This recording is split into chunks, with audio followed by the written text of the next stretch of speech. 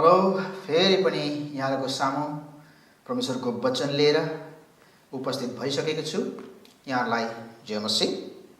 आउनुहोस्, म छोटो प्रार्थना गर्छु अनि यहाँलाई म केही परमेश्वरको वचन सेयर गर्न कोसिस गर्नेछु।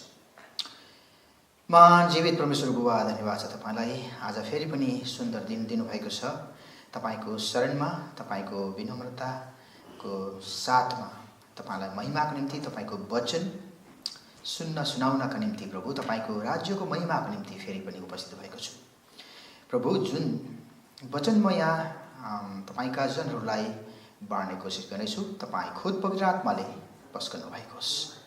धन्यवाद छ परमेश्वर, यो समय अवधिभरि तपाईँले प्रकाश गर्नुहुन्छ, हरेक किसिमले आशिष दिनुहुन्छ भने आशिष माग्छु प्रभु येशूको नाममा, आमेन। आउनुहोस्, यहाँलाई आज फेरि हिब्रूको अध्याय 4 को निरन्तरतालाई अगाडि बढाउनको निम्ति तपाईको सामु उपस्थित भएको छु। गत सप्ताह हामीले सुनेका थियौँ कि परमेश्वरको नजरमा हामी तपाईँ कोही पनि लुकेका हुँदैनौँ। संसारका कुनै पनि यस्तो चिजबिजले परमेश्वरको दृष्टिलाई बन्द गर्न, त्यसलाई ढाकछोप गर्न सक्दैन भनेर हामीले गत सप्ताह हेरेका थियौँ। हिब्रू अध्याय 4 को 13 पदसम्म। आज त्यही हिब्रू अध्याय 4 को 14 पददेखि अलिक प्रत्ययसम्म हामी लगेर जाने कोसिस गर्नेछौँ। र आजको विशेष खण्ड ध्यान दिनुहोस्, गत सप्ताहको खण्डले हामीलाई तैनात गराउनु भएको थियो कि परमेश्वरको वचनमा हिब्रूका लेखकले तपाईँ र मलाई परमेश्वरको नजरमा कुनै पनि चिज लुकेको हुँदैन। स्पष्ट हरेक गोप्य कुराहरू परमेश्वरकै हुन्। हामी व्यवस्था 29 को 29। आज हिब्रू अध्याय 4 को 14 देखि अगाडि हामी पढ्नेछौँ। 14, 15, 16 पदमा यस्तो लेखिएको छ। यसको उपशीर्षक छ यसमा Jesus the great high priest, यानी कि येशू महान प्रधान पुजारी। यस्तो लेखिएको छ हिब्रू 4 को 14, 15, 16 पदलाई पढौँ पहिला। आकाश छिचोलेर जानुभएका परमेश्वरका पुत्र येशू हाम्रा महान प्रधान पुजारी हुनुभएको हुनाले हामीले पक्कासँग स्वीकार गरेको यो विश्वास थामी राखौँ, किनकि हाम्रा प्रधान पुजारी हाम्रो दुर्बलतामा हामीसँग सहानुभूति देखाउन नसक्ने हुनुहुन्न, तर हामी जस्तै उहाँ सबै कुरामा परीक्षित हुनुभयो र पनि पाप रहित हुनुहुन्थ्यो।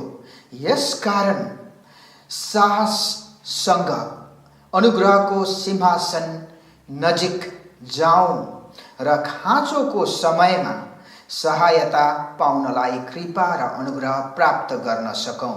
आमेन।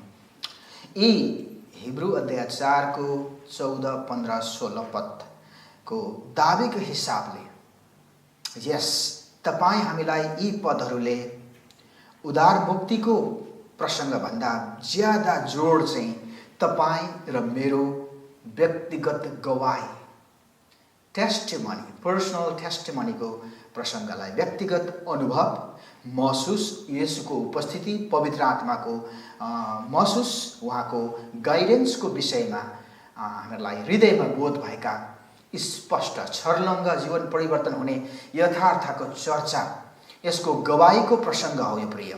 यसलाई बुझ्नका लागि अलिकति म येशू ख्रिस्टको अहोदाको चर्चा अलिकति गर्न चाहे मैले यहाँहरूको अगाडि। यो पदहरूको उद्देश्यलाई, आशयलाई बुझ्नका निम्ति Jesus the great high priest, उहाँ येशू ख्रिस्टको हुनुहुन्छ महान प्रधान पुजारी। यो जुन क्वालिफायर छ, येशूलाई विशेष गरेर व्याख्या गर्ने जुन विशेषताहरू जोडिएका छन्, महान प्रधान पुजारी। अब यो अर्थमा हामीहरूलाई कयौँ ठाउँमा नयाँ करारको खण्डले इसाई जनहरू सम्पूर्ण पुजारी हुन् र येशू चाहिँ प्रधान महान पुजारी हुन्। यो अर्थलाई बुझ्नका लागि हामी येशूको प्रत्यक्ष टोटालिटीमा, उहाँको समग्र येशूलाई हेर्ने दृष्टिकोणको तीनवटा म विषयहरूमा चर्चा गर्न चाहे। अलिकति यो पदहरूको आशयलाई तपाईलाई सेयर गर्नुभन्दा अगाडि Number one, he was a prophet when he came 2000 years ago past. 2000 वर्ष अगाडि येशू एक अगम वक्ता भएर आउनु भएको थियो, बोल्नु भएको थियो है त। येशू ख्रीष्ट 2000 वर्ष अगाडि एउटा अगम वक्ता प्रोफेट भएर आउनु भएको थियो। दोस्रो, he is a priest today. आज येशू तपाईं र हाम्रो माझमा महान प्रधान पुजारी हुनुहुन्छ। फेरि ध्यानमा दिनुहोस्, आज तपाईं र मेरो माझमा येशू महान प्रधान पुजारी हुनुहुन्छ। र तेस्रो, he is coming someday to rule as a king in future। अब यो तेस्रो खण्ड येशूको यथार्थको खण्ड। अब यी तीनटा कुरालाई हामीले ध्यान दिएर हेर्यौं भने अनि हामीले बुझ्छौं कि हिब्रूका लेखकले यी पदहरूमा के कुरोको चर्चा गर्दै हुनुहुन्छ। ध्यान दिनुहोस्, येशू एक अगमवक्ता हुनुहुन्थ्यो 2000 वर्ष अगाडि। आज येशू एक पुजारी हुनुहुन्छ जो चाहिँ महान प्रधान पुजारी हुनुहुन्छ तपाईं हाम्रो बीचमा माझमा। र भविष्यमा उहाँ चाहिँ आउँदै हुनुहुन्छ एउटा राजा चाहिँ भएर हरेक संसार र स्वर्ग, पृथ्वी र स्वर्ग दुवै क्षेत्रको राज्यको शासन लिएर आउँदै हुनुहुन्छ। यो भविष्यको यथार्थ हो। यो तीन खण्डलाई हामी हल्का सरल तरिकाले बुझ्ने कोसिस गरौँ। यदि यी कुराहरू हामी सही ढङ्गले यसलाई बुझ्छौँ भने अनि हामी यी पदहरूले बताउन खोजेका आशयलाई पनि चुकाउने छैनौँ, छुटाउने छैनौँ।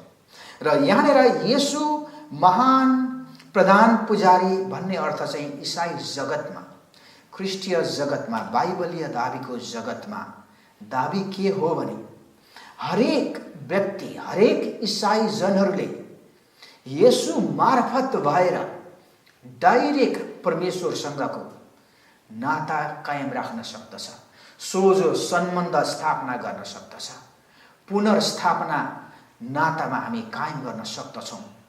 पुरानो करारमा परमेश्वरको व्यवस्था भङ्ग गरेर अनाज्ञाकारिताको कारणले तपाईँ र म भौतारिएका थियौँ। बाइबलको दाबी यो हो। यो भौतारिएको अवस्थादेखि परमेश्वर प्रभु येशू ख्रीष्टको कारण तपाईँ र म सोझै परमेश्वरसँग नाता स्थापना गर्न सक्दछौँ, उहाँको प्रेमलाई महसुस गर्न सक्दछौँ, उहाँको सहयोगलाई प्राप्त गर्न सक्छौँ, उहाँको अनुग्रहलाई हामी पूर्ण रूपले ग्रहण गर्न सक्दछौँ। र यहाँ येशू ख्रीष्टलाई महान प्रधान पुजारी भन्ने प्रसङ्ग यो हो कि उहाँ प्रत्यक्ष परमेश्वर हुनुहुन्छ, उहाँ प्रत्यक्ष मानव हुनुहुन्छ। यही कारणले मात्रै उहाँ तपाईँ र मेरो मध्यस्थकर्ता भएर संसारमा आउनुभयो र स्वर्ग चढिजानुभयो। र यी तीनटा बुँदा मैले तपाईँहरूलाई सेयर गरेका कुरालाई ध्यान दिनुहोस्। उहाँ एक अगमवक्ता हुनुहुन्थ्यो 2000 वर्ष अगाडि। आज उहाँ प्रधान पुजारी हुनुहुन्छ तपाईँ र मेरो बीचमा। र भविष्यमा उहाँ एक राजा भएर आउनुहुनेछ। यी नै हो सारांशका कुराहरू। त्यही भएर यो पदहरूले तपाईँ र मलाई कुन प्रसङ्गमा चर्चा गर्नुहुन्छ भने तपाईँ र मेरो गवाहीको निम्ति, व्यक्तिगत गवाहीको खातिर यसले हामीलाई जोड दिनुहुन्छ कि हे गाइस, तपाईँहरू बाँचेका जनहरू, तपाईँहरूको आस्थालाई निरन्तर राखिराख्नुहोस् भन्ने ठाउँमा हामीहरूको गवाही, पर्सनल टेस्टिमोनिजहरू सधैँभरि थामी राख भन्ने सल्लाह छ यहाँनिर। अब येशू प्रधान पुजारी भन्ने अर्थ यही मात्रै हो।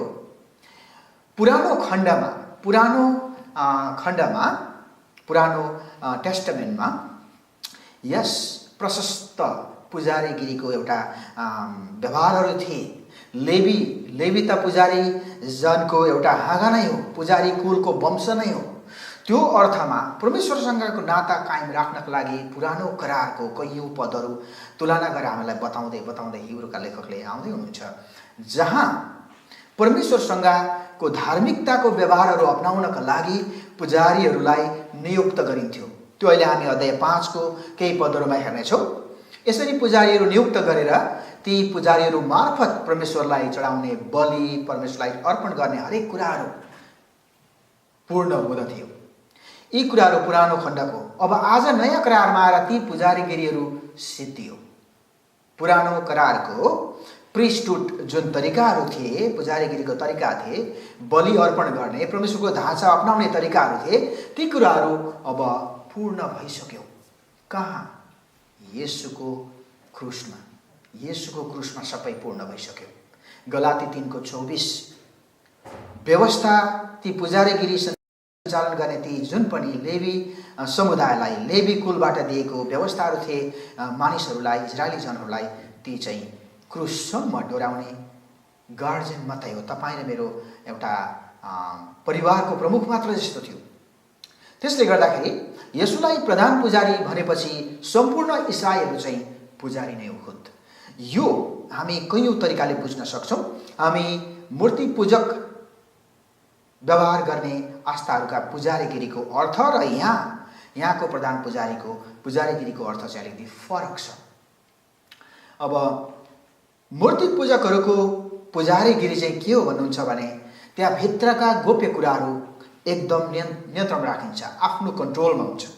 तर बाइबलमा दाबी गरिएका पुजारीगिरी चाहिँ एकदम खुल्ले आम, it is open to everybody.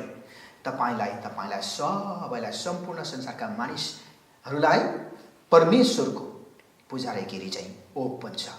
हामीले परमेश्वरलाई महसुस गर्न सक्छौँ, उहाँसँग सोझै कायम राख्न सक्दछौँ। मात्रै येशू नै प्रधान पुजारी स्वीकारेपछि तपाईँ हाम्रो access to God is open. परमेश्वरसँगको सम्बन्ध, उहाँसँगको नाता स्थापना गराउनको लागि ढोका खोलिसकेको हुन्छ। 15 पदमा, अब यो 14 पदको आदि पदमा के भन्छ भने उहाँ प्रधान पुजारी भएका हुनाले हामीले पक्कासँग स्वीकार गरेको यो विश्वास थामी राखौं। यसको अर्थ फेरि उदार मुक्ति खुस्किएला हातदेखि भन्ने अर्थमा होइन, तर हामी तपाईले प्रधान पुजारीलाई स्वीकारेका छौं।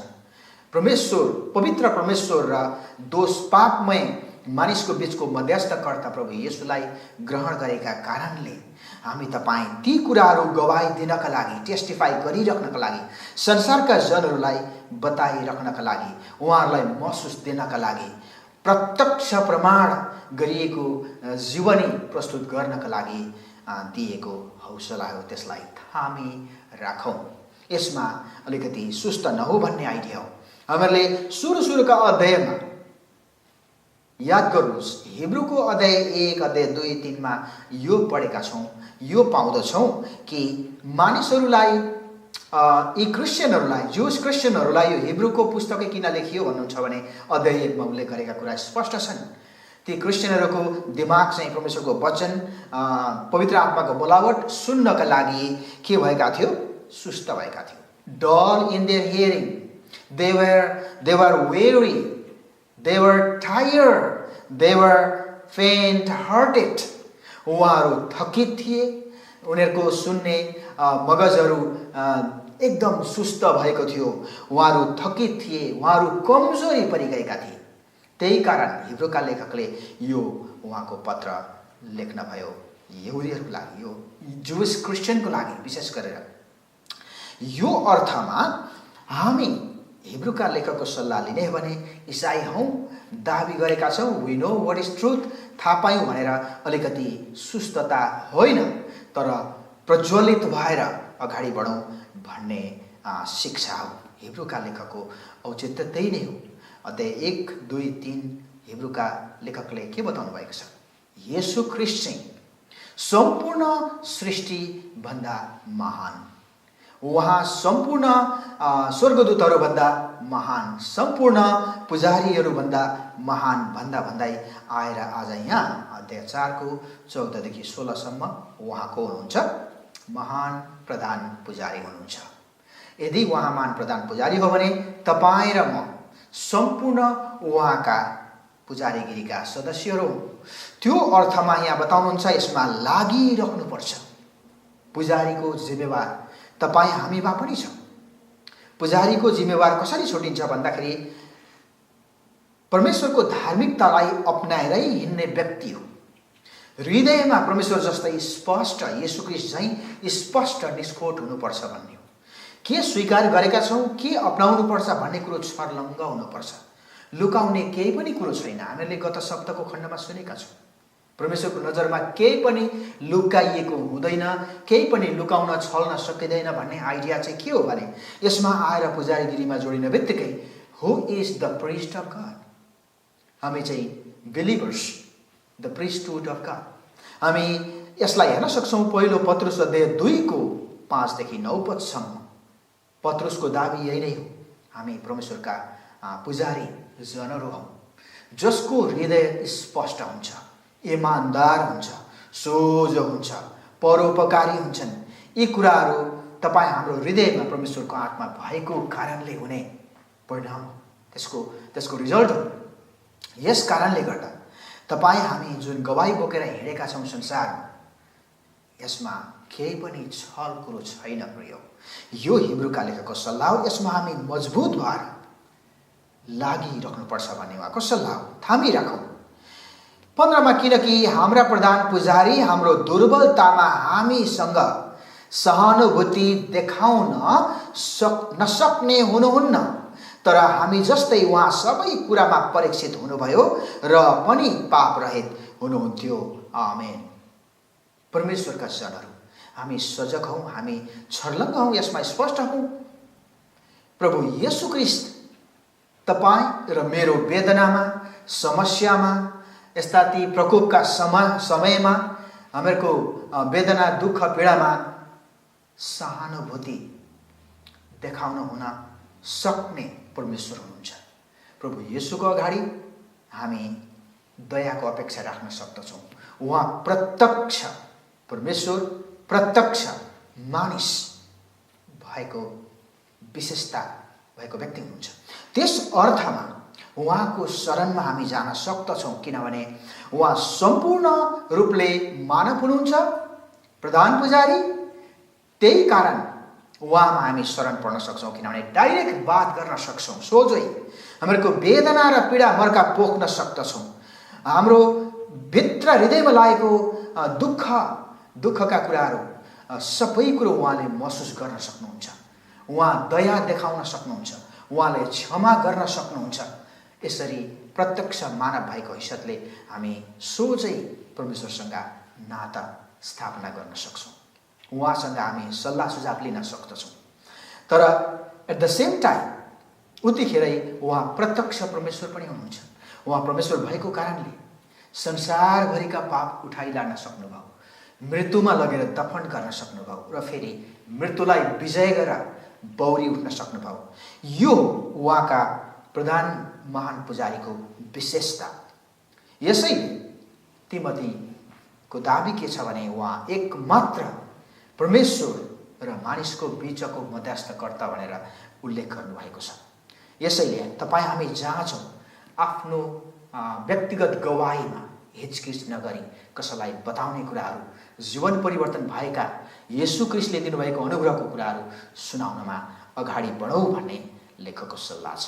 यसकारण 16 पदमा, यसकारण साहससँग हिम्मत लिएर अनुग्रहको सिंहासन नजिक जाऊ र खाँचोको समयमा सहायता पाउनलाई कृपा र अनुग्रह प्राप्त गर्न सकौँ। आमेन। हामी तपाईँ उहाँको सत्य कुरोलाई निसङ्कोच भएर, बोल्डली, मजबुत, दर्बिलो भएर, विश्वस्त भएर राखेका हाम्रा विश्वासलाई गवाहीको रूपमा हामी पुष्टि गर्न जाउँ, किनभने हामी उहाँको अनुग्रहको सिंहासनको नजिक जानपर्छ र खाँचोको समयमा सहायता पाउनलाई कृपा र अनुग्रह प्राप्त गर्न सक्नुपर्छ। हिब्रूका लेखकको जोड तपाईँ र मलाई के छ भने, यस येशूको शरणमा, उहाँको अनुग्रहको सिंहासनमा हामी जानपर्छ, त्यसदेखि पछि हट्न हुँदैन। यो उहाँको सल्लाह। यसैले Jesus can empathize in our problem, pain, suffering, and also He can provide healing. He can provide healing. But if you and I allow Him to, येशू ख्रीष्टले मेरो जीवनको समस्यालाई हटाइदियोस्।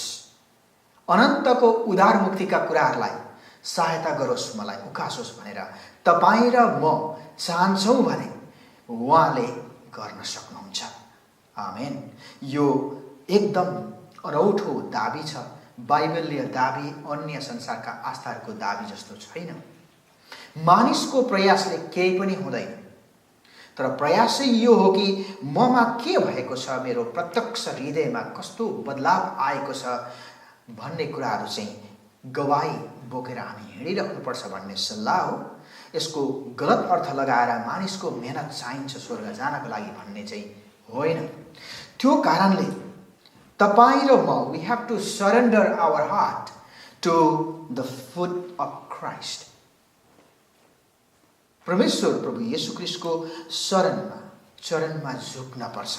We have to surrender and confess our unworthiness. तपाईँ र मेरो अयोग्यता है त, परमेश्वरको अगाडि हामी अयोग्य छौँ। पापमा पुरै डुबेका, त्यो कारणले हामी अयोग्य छौँ। त्यही भएर परमेश्वरको शरणमा नगई, परमेश्वरको शरणमा घुँडा टेकेर स्वीकार नगरी, कन्फेस नगरी तपाईँ र मलाई परमेश्वरले जबरजस्ती गर्नुहुन्न। यो डाइरेक्ट तपाईँ र मेरो झुकावको कुरो हो। पाप दोष ममा छ, मानिसमा छ भन्ने कुरो स्पष्ट भएर we bow before Christ so that He starts working in our life to heal for eternal reason, for eternal life. तपाईँ र म येशूमा शरण परेपछि तपाईँ र मलाई, तपाईँ र मेरो मगज र हृदयलाई उहाँले चेन्ज गरिदिनुहुन्छ, बदलिदिनुहुन्छ। अनि मात्रै उहाँलाई हामी पछ्याउन योग्यको हुन्छौँ। र यही कारण अन्त्यमा गएर यहाँनिर सिंहासन नजिक जाऊ र खाँचोको समयमा सहायता पाउनलाई कृपा र अनुग्रह प्राप्त गर्न सकौँ। आमेन। सम्पूर्ण संसारका मानव जनहरूलाई प्रभु येशूको आह्वान यो छ, तपाईँ र मैले प्रभु येशूको अनुग्रहलाई प्राप्त गर्नु छ। We all must go freely to the throne of God. परमेश्वरको अनुग्रहको सिंहासन शरण परेर जानु छ अनि त्यसबाट क्षमा प्राप्ति गर्नु छ। क्षमा प्राप्त गरेपछि येशूको शिक्षामा हाम्रो जीवन डोरिनेछ, प्रयत्न अनि सफल भएर जानेछ। आमेन। यी कुरा हामी पाउँदछौँ। Work of the law cannot justify but by faith. व्यवस्था कायम राखेको कारणले तपाईँ र मसँग भएको, हृदयमा भएको अपराधको दोष, ती दोषदेखि क्षमा पाउनका लागि न्याय गरिने व्यवस्था कायम राखेर होइन, तर परमेश्वरको अनुग्रहद्वारा क्षमा प्राप्त गरेर, उहाँको शरण परेर अनि उहाँको शिक्षा, उहाँको सल्लाहको हिसाबले जीवन जिएर मात्रै हामी न्याय प्राप्त गर्दछौँ। अब रहेका हिब्रू अध्याय 5 को 1 देखि 4 पदसम्म म सरर पढ्न चाहे। यहाँ हाई प्रिस्टको क्वालिफिकेसन, येशू ख्रीष्टमा यी कुराहरू छ छैन भन्ने यहाँ उल्लेख गरिएको कुराहरू हामी हेर्नेछौँ।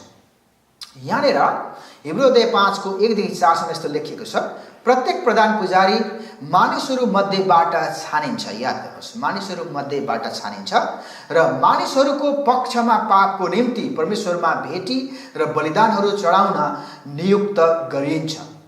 अजान र कुबाटोतिर लागेकाहरूसँग तिनले नम्रता साथ व्यवहार गर्न सक्दछ, किनभने तिनी आफै पनि दुर्बलताले घेरिएको हुन्छ।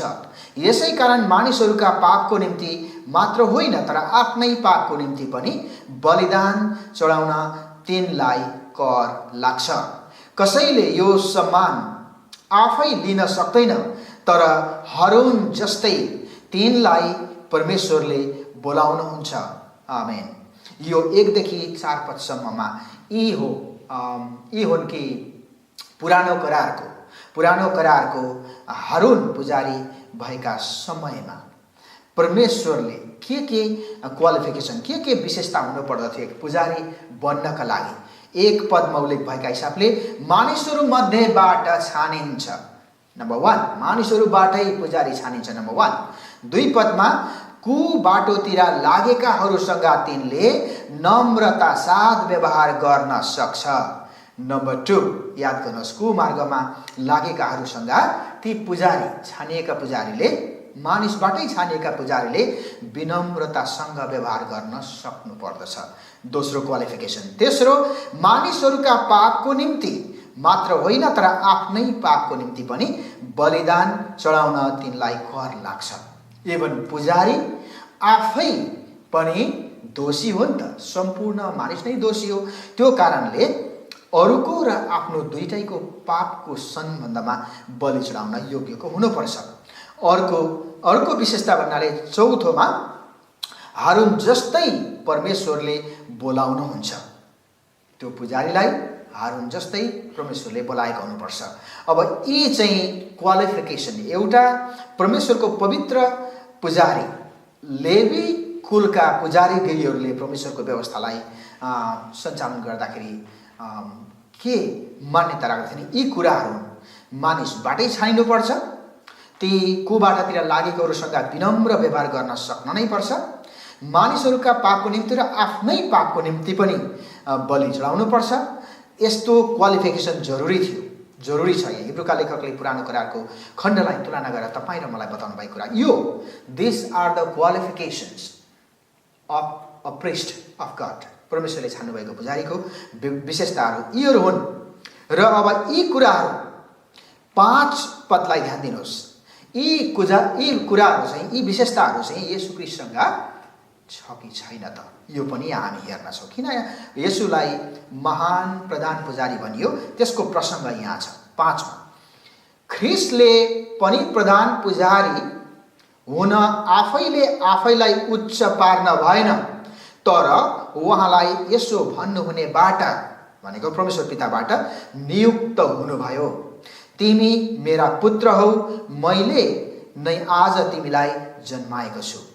यो परमेश्वरले आफै छान्नु भएको पुजारी चाहिँ येशू ख्रीष्ट हुनुहुन्छ। तपाईँ र मेरो बिचको पुजारी, महाप्रधान पुजारी चाहिँ येशू हुनुहुन्छ।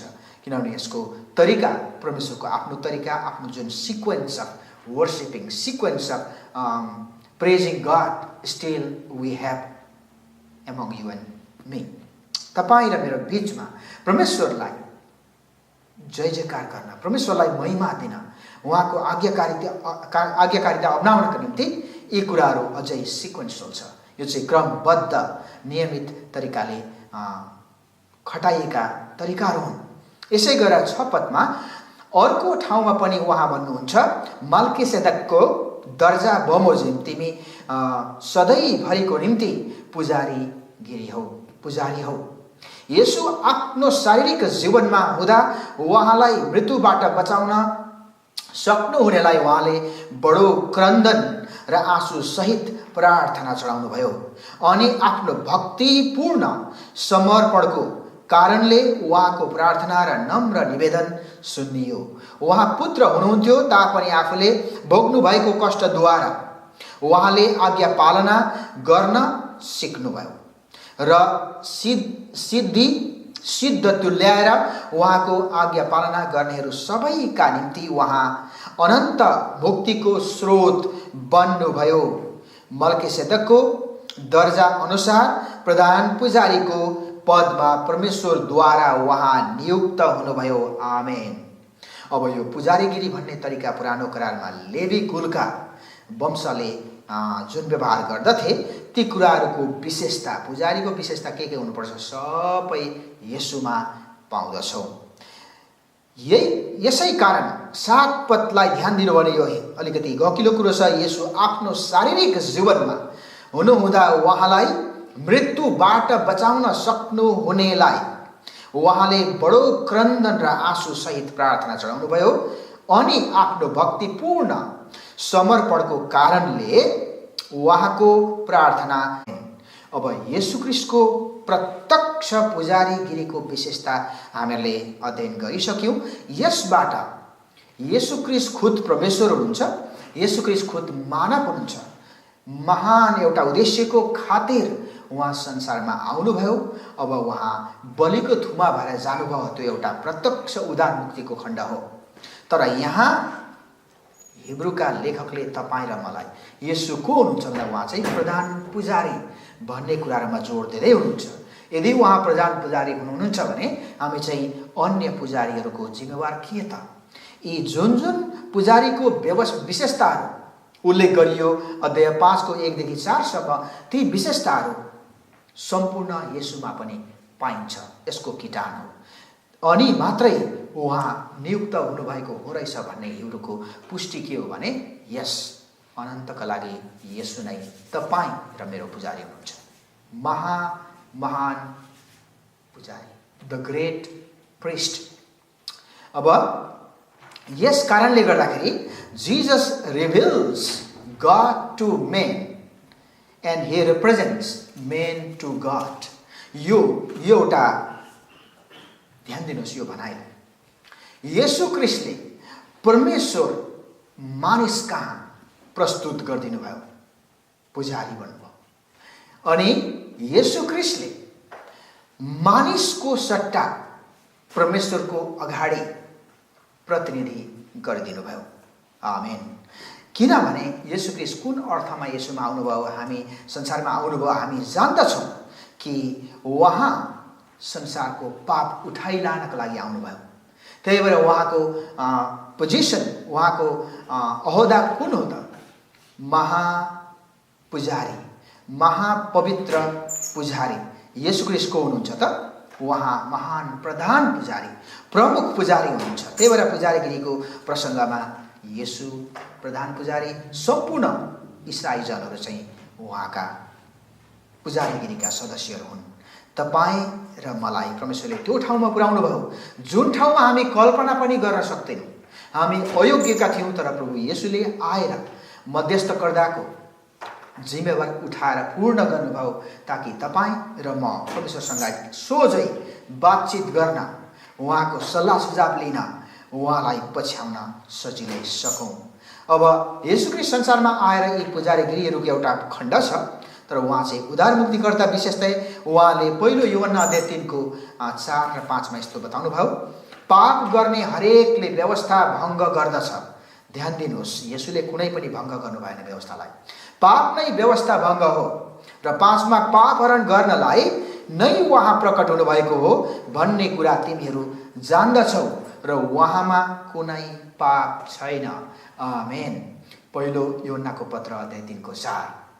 यस कारणले उहाँमा यदि दोष थिएन भने उहाँले देखाएको धार्मिकताको बाटो धार्मिक बाटो नै हुनुपर्छ।